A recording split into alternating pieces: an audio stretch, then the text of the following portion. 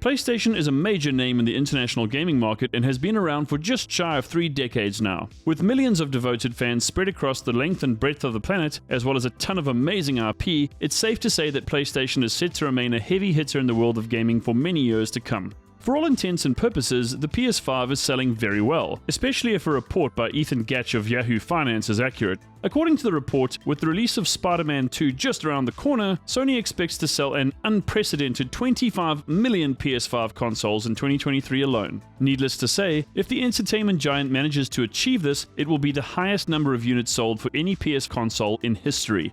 But it isn't all sunshine and rainbows for Sony from the news that's been circulating online for the past few weeks. At face value, it would appear that sales of the PSVR2, which launched on February 22nd of this year, have been extremely slow. In an article by Darren Bontes of GameSpot that was published on March 30th, estimates from the IDC suggested that Sony could reasonably expect to sell somewhere in the region of 270,000 PSVR2 units by the end of March. However, this seems far too low, seeing that Sony reportedly hoped to ship 2 million units during the PSVR2's launch quarter. Now over 2 months have passed since the PSVR2's launch, and with such seemingly dismal projections, we have just one question on our minds. Is the PSVR2 dead?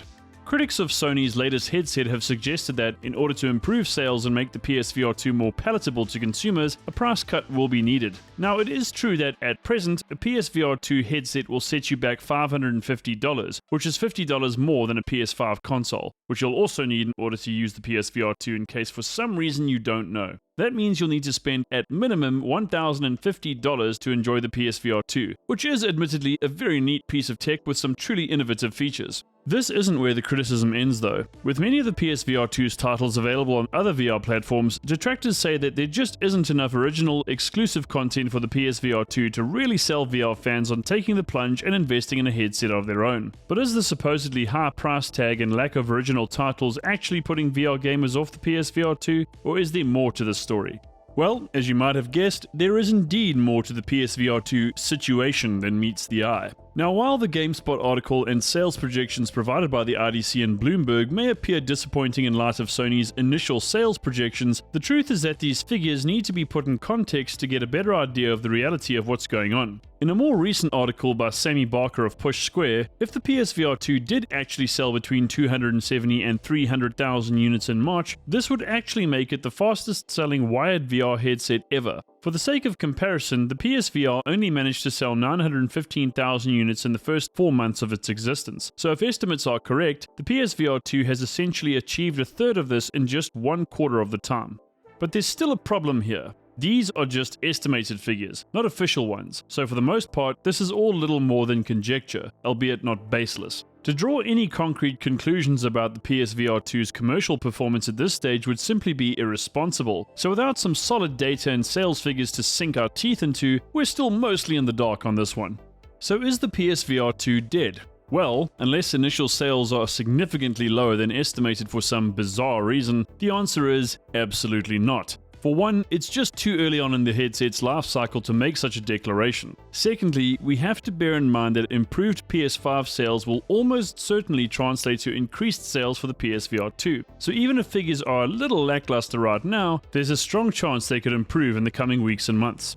Of course, the opposite could also be true, but I really don't see this happening, and I'm not the only one who thinks so. In fact, there's some compelling evidence to suggest that PSVR2 sales could jump very soon. In an article by Rob Grant of Virtual Reality Times, the PSVR2 will soon be in stock with local retailers, meaning that the headset's availability is about to become a whole lot more widespread. For those of you who don't know, up until now, it's only been possible to purchase the PSVR2 online via PlayStation Direct. In my opinion, this is a major factor that should see the VR headset's popularity rise over the course of the next few months.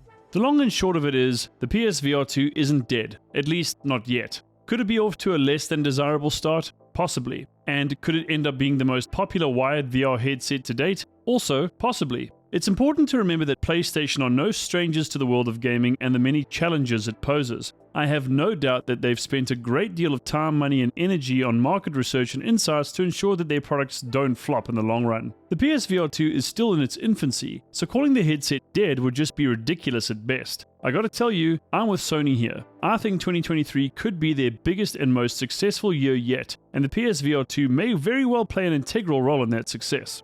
But maybe I've got it all wrong, and greater retail availability may indeed not be enough to improve sales of the PSVR 2, and maybe a price cut will be necessary if Sony wants to stay competitive with names like Meta, who just dropped the price of the Meta Quest Pro by $500 and the Meta Quest 2 by $70. I guess we'll all find out soon enough when some official sales figures are released in the hopefully not too distant future.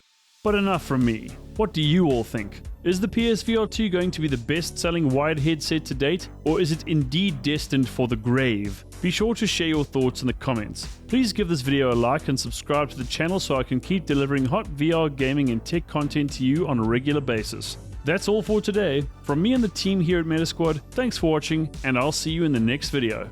Later!